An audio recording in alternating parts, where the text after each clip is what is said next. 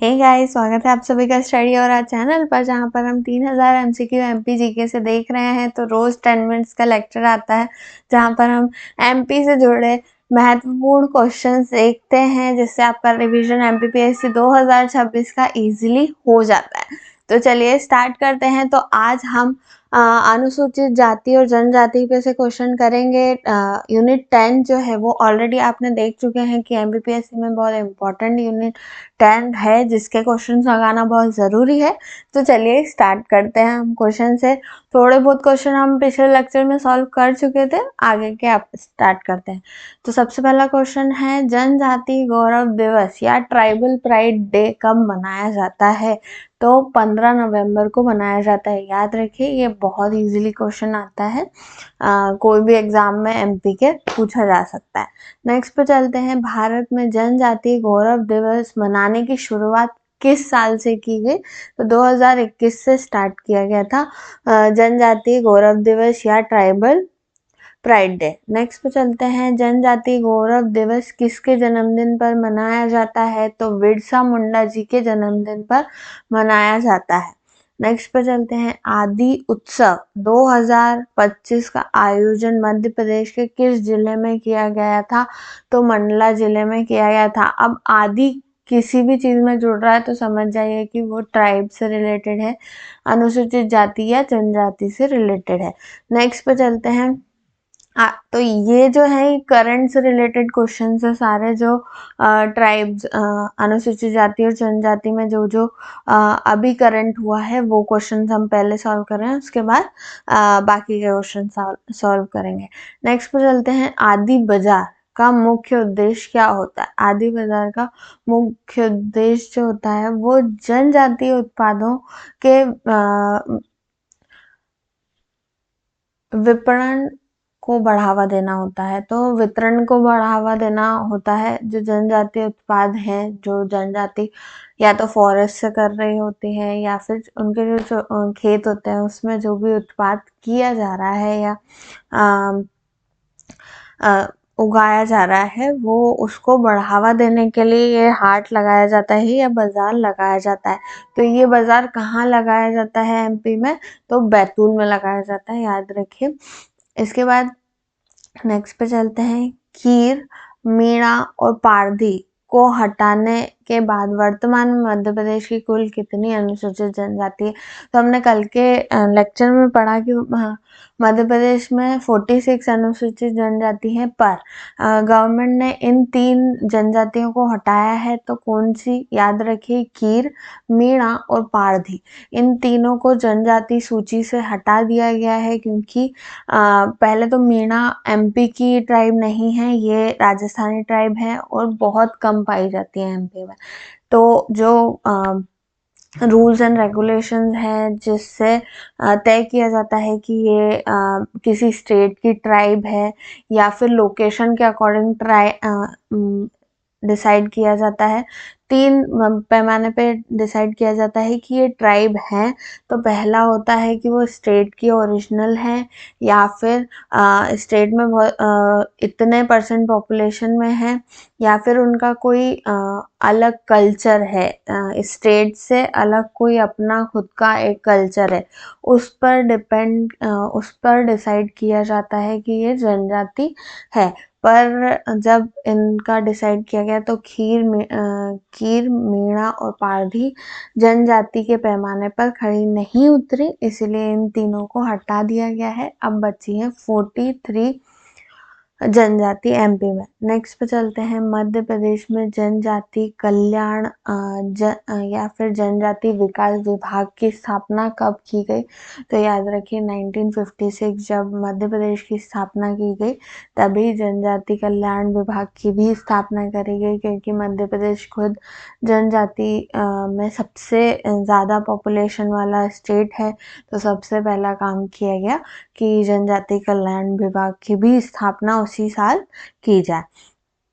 Next पे चलते हैं। भारतीय संविधान के किस अनुच्छेद में अनुसूचित जाति और जनजाति की परिभाषा दी गई है? तो याद रखिए अनुच्छेद या फिर आर्टिकल 342 1 में दी गई है। नेक्स्ट पे चलते हैं।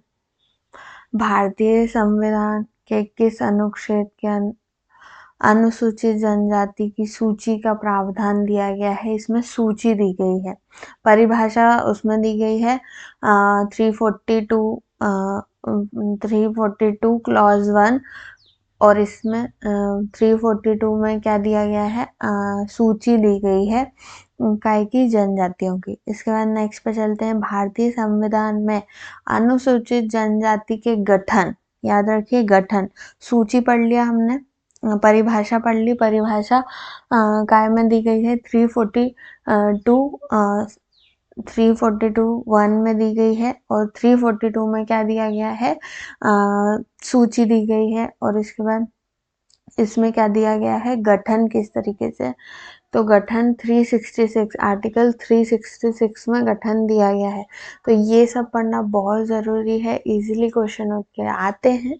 तो आप इस सीरीज के थ्रू इजीली क्वेश्चन सॉल्व कर सकते हैं। अगर आपको मेरी सीरीज थोड़ी भी हेल्पफुल लग रही है तो चैनल को लाइक शेयर सब्सक्राइब करना ना भूलें, और बेल आइकन प्रेस कर लें जिससे आपको नोटिफिकेशन मिलता रहे। नेक्स्ट पे चलते हैं। भारतीय संविधान में जनजातीय क्षेत्रों के प्रशासन का प्रावधान किस अनुसूची में किया गया है? तो 5वीं और 6ठी अनुसूची में बताया गया है जनजातीय क्षेत्रों का प्रावधान। नेक्स्ट पे चलते हैं। भारतीय संविधान का अनुच्छेद 243D किससे संबंधित है? तो पंचायतों में अनुसूचित जाति और अनुसूचित जनजाति के लिए आरक्षण। तो याद रखिए 243D काय के लिए है? ताकि जो पंचायत है उसमें आरक्षण दिया जाए, किसको? अनुसूचित जाति और जनजाति को। नेक्स्ट पे चलते हैं। भारतीय संविधान का अनुच्छेद 243T किससे संबंधित है? तो 243D देखा हमने काय के लिए? पंचायती राज में आरक्षण के लिए या पंचायतों में आरक्षण के लिए। वहीं हम टी देखते हैं 243T, तो इसमें क्या है? नगर पालिका में आरक्षण के लिए है। नगर पालिका में अनुसूचित जाति और अनुसूचित जनजाति के लिए आरक्षण बताया गया। नेक्स्ट पे चलते हैं। भारतीय संविधान का अनुच्छेद 330 किससे संबंधित है? तो 330 जो है वो लोकसभा में अनुसूचित जाति और अनुसूचित जनजाति के आरक्षण के लिए है। तो लोकसभा में अगर बात की जाए कि लोकसभा में आरक्षण किस आर्टिकल के थ्रू मिलता है ST/SC को, तो 330 आर्टिकल 330 से के अंडर मिलता है। नेक्स्ट पे चलते हैं। आर्टिकल 332, हमने आर्टिकल कौन सा पढ़ा? 330 पढ़ लिया, लोकसभा में आरक्षण। अब 332 के बारे में पढ़ते हैं। तो ये राज्य विधानसभा में आरक्षण की बात करती है। राज्य विधानसभा में अनुसूचित जाति और अनुसूचित जनजाति का आरक्षण के लिए आरक्षण की बात करती है। इसके बाद नेक्स्ट पे चलते हैं। भारतीय संविधान का अनुच्छेद 338A किससे संबंधित है? तो 338 जो है वो राष्ट्रीय अनुसूचित जनजाति आयोग बनाने के से संबंधित है। कौन सा आर्टिकल? 338A।